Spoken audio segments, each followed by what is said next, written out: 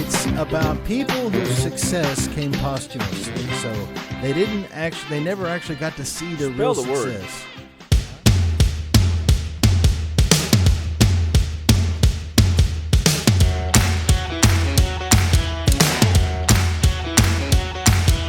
Welcome to the closing table with the Money Guys, Sidney Young and Jared Parrish. This episode is being brought to you by Allura Financial, AlluraFinancial.com, your source for real estate investment funding. Now, presenting the Money Guys. All right. We are again. My name's Sidney Young. And Jared Parrish. We're the closing table Money Guys, and we got Yo money. It is Thursday, downtown Houston, Texas. Man, a lot going on today. Definitely getting warmer. It's getting Definitely warmer, getting man. warmer. It's been crazy. Our Christina, you don't see her back there. She went to Florida. I guess we drove her nuts. She's still out there in Florida. She went to Florida, but she'll be back next week. We got a tendency to drive a lot of people nuts, man. We do. Oh, yeah, including ourselves. You see, when we have no one to talk to but ourselves, it's kind of weird around here. I know, right? But we got a lot going on. We're talking about life. We talk about relationships. We talk about money. We talk about success. We talk about what to do with money once you're successful. Mm-hmm. Things give it to to buy. us. If you're successful and have money, you give it to us. You know, and I'm sure it's like this in every major city, but like in Houston, we're in Houston. Mm-hmm. We do business nationwide, but Allura Financial in Houston is sort of a circle of people that all know each other. It's like a circle. A circle, not a square. Not a square. There's no edges. There's no. And he graduated from the 6th grade all by himself. So it's a group of people in Houston that all sort of know who each other are, whatever the word is, that do real estate. And so we do a deal and say, hey, so and so's one of the guys in this. And we look, oh, I know you. And it's irony how you run. It's nice people. when you have those friends, when you Yes. have those relationships, you can kind of cut through the bullshit. Like in Garth Brooks, I know people in lonely, low places. What is that? I've got friends in low places. I got friends in low places. I can't sing. I don't know. It's all right. But anyway. You know what? You're so money and you don't even know it. Come on, Vince Vaughn. In this game of real estate, and we're going to talk a little bit about real estate before we jump into some of this stuff, you got to be able to walk the walk and talk the talk and make it happen. Mm-hmm. You got to know what you're doing. You got to know. So, Sidney, if I'm wanting to buy $1 million investment property, but I've only got $1,200, you're saying that I can't? You know what? You can. You can do that. Just go find you a business partner who's got a lot more. Joint venture partner. That's a good idea.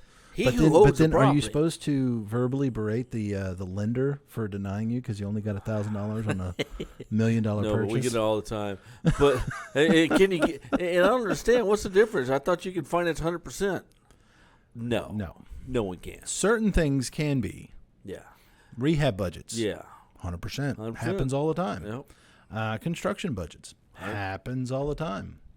The guy that calls me that's got a $250,000 fix and flip and $50 in the bank and says, I need you to go ahead and finance this and roll in the closing costs because I don't have a pot to piss in. Or a window throw out. Or a window to throw it out of. And then when I ask him, I was like, hey, so, I mean, how are you expecting to make the monthly payments? Oh, I was going to ask for more money in the rehab budget. Yeah, you can't roll in the payments. That don't work like this. Yeah, that's like that commercial where they're making fun of Facebook. They're like, that's not how any of this works. I like his voice impressions. Mm-hmm. So funny. Anyway, today is Thursday. And it's Friday Eve. Friday Eve. I like that, Friday Eve. We've had a rough week, man. We started out actually golfing. We have an easy week. Never mind. Yeah. But Jared came up with a very cool subject matter. Tell him what you got. It's about people whose success came posthumously, so they never actually got to see their real success. Huh? Spell that word. Posthumously.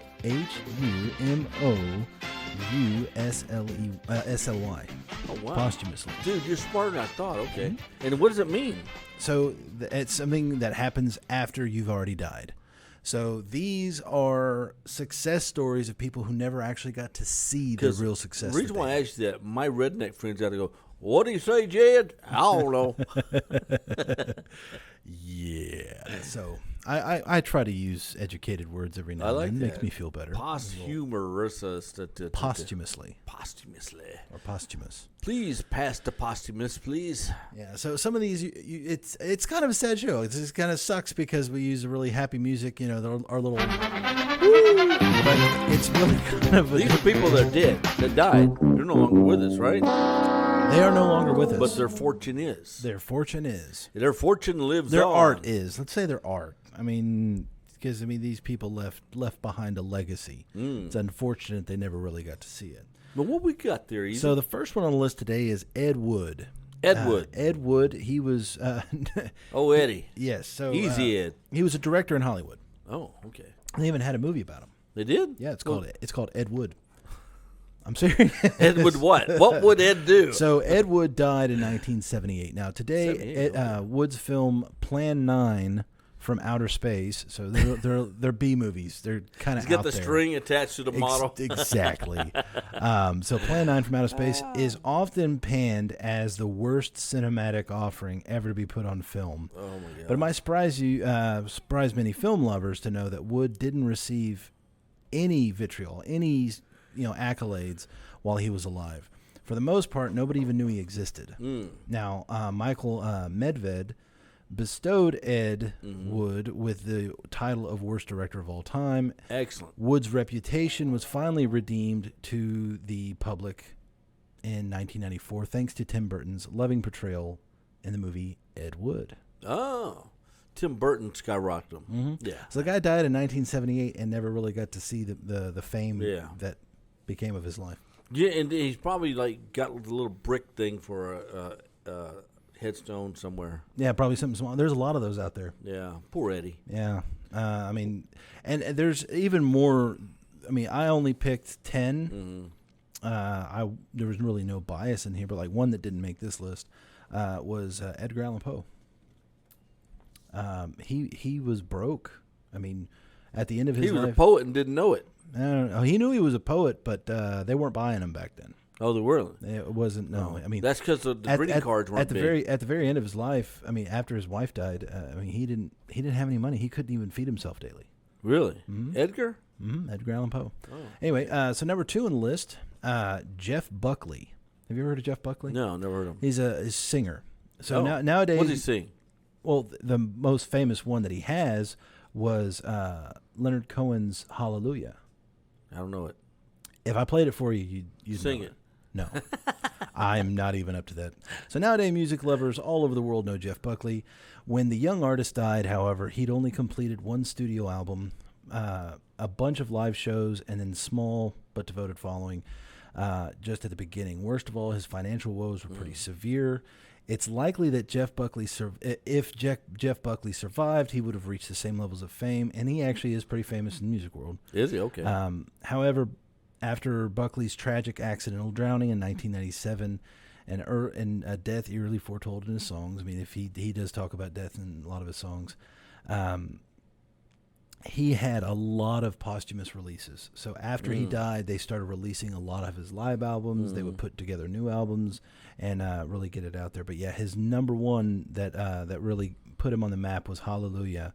And and that's been on movies, that's been on TV shows. Yeah, I'll play it for you after the show. Pitbull sing it? Pitbull did not sing that song. Yeah, so sorry, Pitbull. You didn't do it. Didn't win it. This one you may have heard of, all right, since you're a big fan of poetry. I love poetry. Emily Dickinson. Roses are red, violets are blue. You don't close that deal tomorrow, F you. So Emily Dickinson, if you've heard of her, you've heard of her. Obviously, right. Yeah. So she died in 1886. Oh, shit. Yeah. No, so Emily Dickinson began writing when she was a young teenager in the 1850s. However, few people knew about her talent, largely due to her timidity. Or who? Timidity. What kind of, her breathing issues? Her timidity. Oh. So, no, she was shy. Dickinson didn't send her works out to be published. She even avoided sharing them with her family and friends. She really just wrote them down. Oh.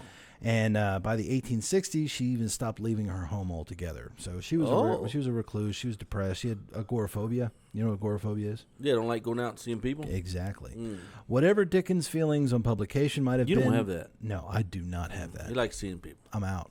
Woo. Whatever Dickens' feelings on publications might have been, the decision was taken away when she died in 1886. Upon her demise, her sister Lavina found a chest of hundreds of unpublished poems. She decided to introduce these to the world and eventually turned her late sister into an international literary icon. I like the name Lavina. That's all I got out of that. Get anything else? it. I'm giving you pearls here. Come on. That's all I heard. Lavina, huh? Okay. Yeah, I mean, most people have heard of Emily Dickinson. They might not know poems of her, but they've heard her. So she actually became an icon when all of these poems no one had ever seen before. It's kind of interesting. Name one poem. I can't. Oh. I didn't research those well enough. Number 4, we've got Israel. Hold on, I got to say this right because I don't want to screw it up because you're going to make fun of it anyway. Kamakawiwole. Oh, come on, man. Don't do that.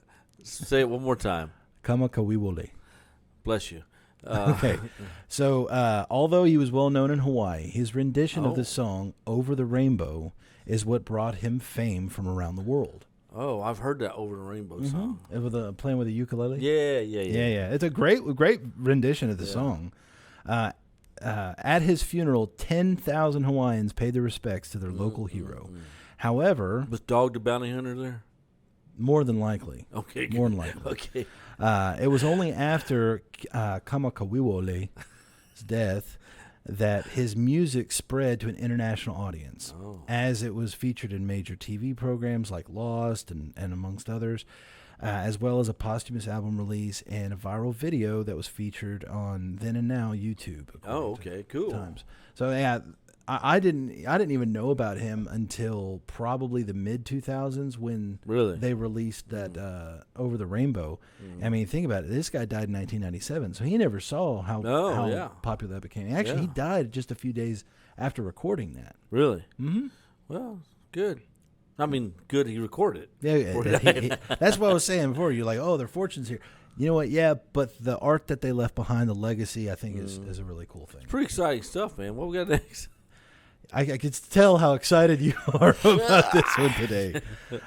Here's one that I know for a fact that you've heard of. Okay, go ahead. Vincent van Gogh. Oh, yeah, I'm going to the thing he is here soon. Yeah, that's why I knew you'd know about it. You could go to the old museum. I may be going. We don't see. You can't find the date. If anybody wants to give him a date to the museum, let me know. So he died in 1890. And he painted a bunch of paintings, right? Correct. And they're worth millions. Oh, yeah. Yeah. I mean, even the prints are worth hundreds of thousands of dollars. Oh, really? Yeah. Oh. I mean, we're talking big money. And the funny thing is, he never sold any while he was alive. I'm supposed to go enjoy this. What's that? It's a Van Gogh. Yeah. Can I have some Mad Dog 2020 with my Van Gogh? So it was only in the last few years of Van Gogh's life that he painted such classic pieces like Starry Night, Sunflowers, and a portrait of Dr. Gachet. And the Smithsonian says that the thickness of Van Gogh's oil paintings, it took so long to dry. It was anywhere between a year to 18 months for these paintings to dry. Because you've seen that the paint he put on there was real thick. Oh, I didn't know. Left, I've never seen it. I'll see it the first time that day I go. I mean, they're not going to have the original Van Gogh paintings there. I don't believe they are. I paid full price for those tickets. Yeah, I think those are in the Smithsonian or the Louvre as well. Now, let me get back to where I was at. But yeah, so it'd take a year to 18 months for them to actually dry. So literally, his paintings weren't even dry when he passed away. Neither are mine. Yeah. So as a result, only Van Gogh's family and friends knew about his work. When Van Gogh died, his still wet paintings were passed down to his brother, who died 2 months later. They should have changed his name at that point once he died. Van arrived. And so when his brother died, 2 months later after Vincent died, he left his wife with a baby boy and a collection of breathtaking paintings that no one knew about. Luckily for the world, Joanna, the guy's wife, became an art dealer. not only to honor her dead husband's family, but also to provide for a young son. So she single-handedly brought the Van Gogh paintings into the world. The Van Gogh paintings into the world. I thought It's that was time pretty to bring another painting into the world. The painting the ones of who death. died. We'll be right back. Why are women so happy about new Tickle antiperspirant? Is it because Tickle is the first roll-on with a big, wide ball? Is it because Tickle comes in 4 fresh fragrances? Or is it because Tickle helps keep you dry all day? Make yourself happy. Staying drier is nicer with a little Tickle. All right, they can all Van Gogh because we're back. Yeah, so talking about people who never saw their own success because they died too soon. Terrible, terrible thing. You need to find a more eloquent way of You're saying going that. to be successful. You need to be around to enjoy the success. Mm-hmm. You know? Hopefully. Go places. Van Gogh. I mean, look at the car accidents that happen every day. They weren't Yeah. planning on going nowhere. There you go. So the next one on the list, we've got Robert Johnson. Have you ever heard of him? We got too many freaking Johnsons on here, but go ahead. That's the first Johnson on here, asshole. Robert Johnson. So he died in 1938. Now, Robert Johnson is known as the greatest blues musician that ever lived. Now you think about died in 1938, so you can kind of tell his music was just a little older. Yeah. So the true story of Robert Johnson is shrouded in myths, particularly the tale of how he supposedly sold his soul to the devil in exchange for becoming the world's greatest blues musician. Mm-hmm. But even though Johnson became a legend, his music serving as an inspiration for artists such as Keith Richards and Eric Clapton. Really? Wow. None of that recognition came until after he died. Yeah, Eric Clapton has a couple of his cover songs. Oh, really? Yeah, he covered a couple of his songs. Cool. Did a pretty good job. Crossroads, one of them. Yeah. And there was actually a movie about his life. A couple of them. Excellent. Johnson only recorded a mere 29 songs in his day, and spent most of his short career playing on street corners and bars. Things started to change for him when one of his songs became a minor hit, earning him invitations to a second recording session and a show at Carnegie Hall. Oh. But before he could do either of these things, he died, allegedly by poisoning. There's the thing. He was messing around with a married woman. Husband found out. Didn't work out He too well. died of lead poisoning. Yeah. So when Columbia Records finally did put out Johnson's album, the deceased artist was so mysteriously and unknown that the struggle to locate good photographs, they couldn't even find a picture of him. Oh, yeah. He's all messed up. Yeah, so I thought that one was interesting. A lot of people know about them. Don't mess with a married woman. Don't do it. It ain't worth it. Here's another one that a lot of people have heard of. Oh, really? What's that? Johann Sebastian Bach. Oh, yeah. He's a symphony guy. Yeah. It's what everyone knows him for. Is the Plus his symphony. chocolates. Oh, I love his chocolates. Oh. The chocolates? Yeah. Oh, Bach. That's funny. Yeah. So Bach died in 1750. Really? Bach came from a musical family, and most of his contemporaries at the time didn't appreciate the brilliant complexity of his compositions, largely writing him off as old-fashioned and out of touch. After Bach died, though, a few others thought differently. His work went on to be a huge influence for both. Now, he was an influence for Beethoven and Mozart, just to name a couple. However, the one who truly deserves credit for rescuing Bach from the dustbins of history was composer Felix Mendelssohn, who enthusiastically appreciated and supported Bach's music, and revived all that in the 1800s. So it was almost 100 years after. Back then, you had violins. Your musical instruments were very limited. You didn't have bass guitars. Did they have guitars back then? No. They had Not really. violins. What all did they have back then? Violins, cellos. You'd have full brass sections. So you have flute. Your windwoods, your woodwinds, your brass. Yeah, you see. So You've had percussion instruments, so they'd have this pianos, keyboard harps. stuff. Yeah.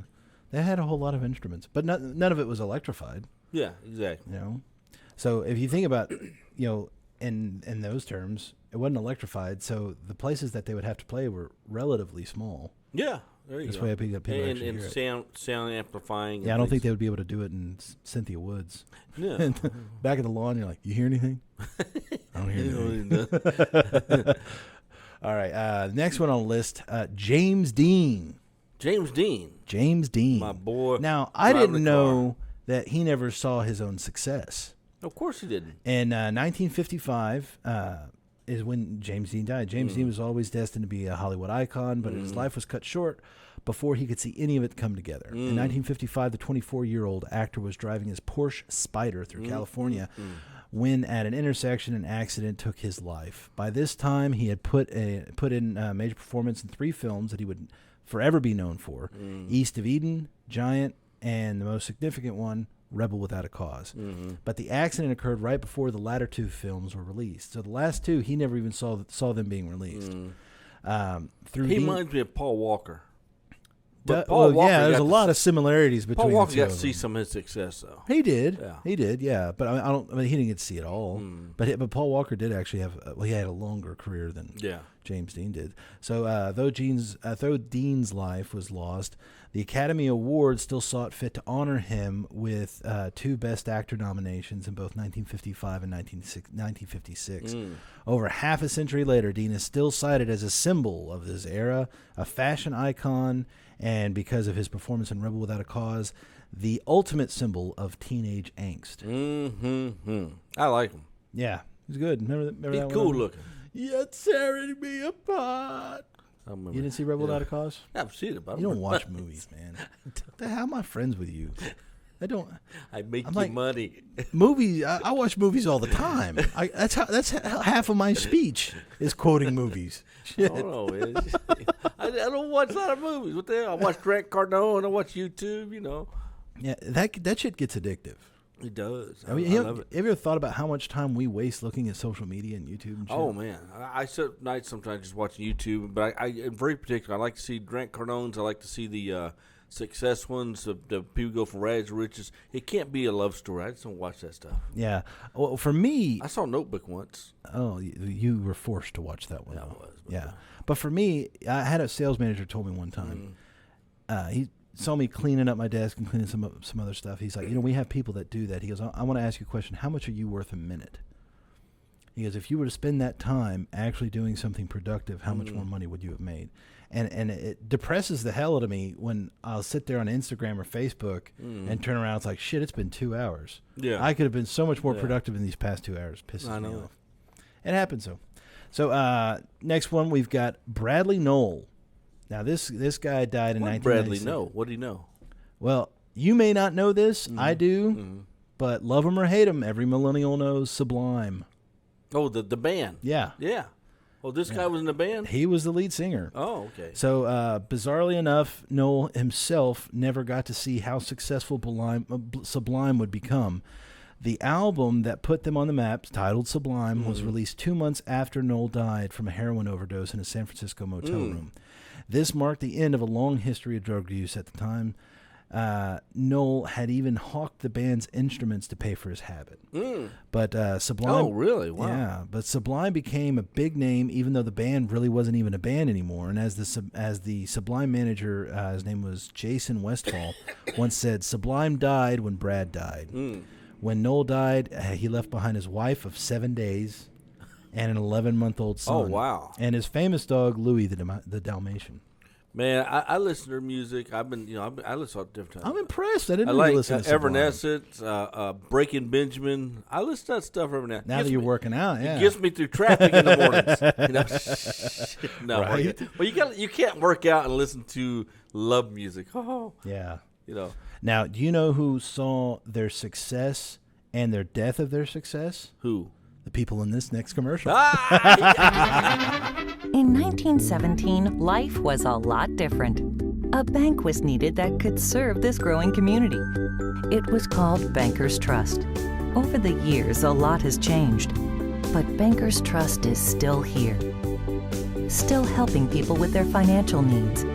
Still working to make our community grow. And ready for whatever the future brings. Bankers Trust.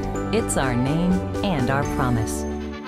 All right, we're back. They're gone. We're here. They Van Gogh. We Van here. I just hope our commercials don't end up on a defunct line. Dude, On a defunct line. I'm gonna leave that one alone. And number one.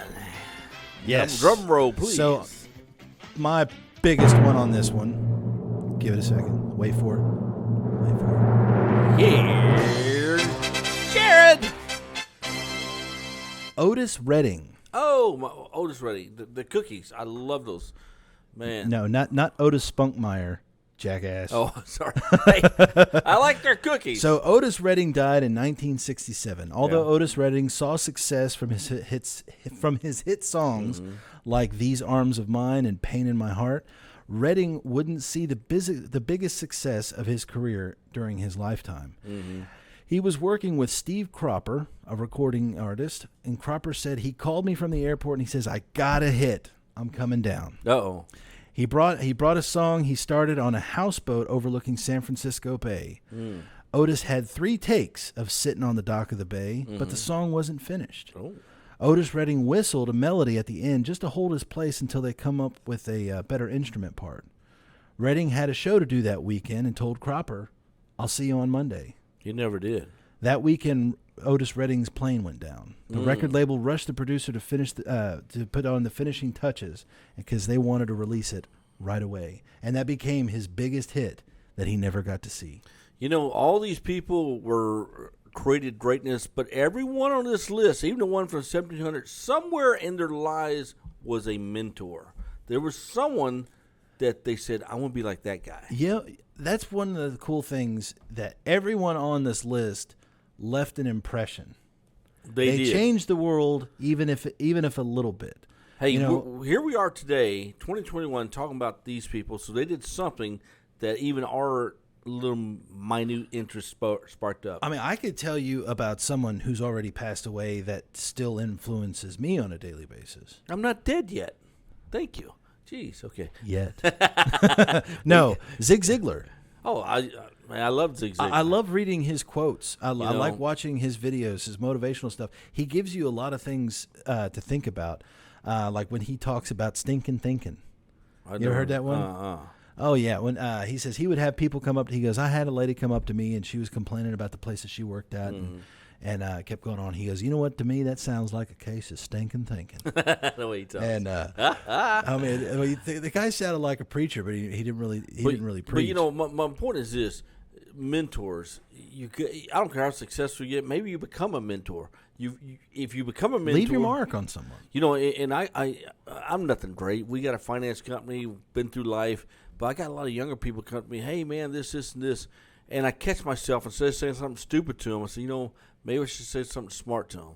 You know, and I told people just over the weekend too. I spent my weekend in Dallas. I was talking to some people I know up there, and I told them, I said, "Don't ever come down to them. Bring them up to you." Meaning, hold yourself at a higher standard. Not that you're better than anybody. Well, not that you're better than anybody, but you maintain that higher standard, and you bring them up to you. What I mean is, don't walk up to a stranger and start cursing at them and everything else. Now, if you're all buddies, different Not thing. like I do, huh? But bring them up to you. If you're around a woman, make sure they maintain their higher standards out of respect for that. You know, if you're in a social environment, all these little bitty things that bring people up to you. Yeah, that happens. Give us an example of someone that has inspired you or kind of taught you something. Well, you already know that, brother. I follow Grant Cardone daily. Mm-hmm. I do his Terrible YouTube. Example. His stuff. Hey, he has the lifestyle that I thrive to get a portion of with my success, which we built a ton of success for a little. I like how he gives perspective. He does. He does Absolutely. give perspective. Yeah. And I do like that and perspective is such an important thing, and people really don't even think about it. It's something that's really underrated. Perspective and also perception. Yes. In business, perception is sometimes more important than perspective because you'll never get a perspective without a perception. Yep. And there's a lot of things that can change that. But go out there and leave your mark on someone. If you know something good, leave it in the world. Hey, this has been the Closing Table of Money Guys. I'm Sidney Young. And Jared Parrish. We're the Money Guys. We got your money.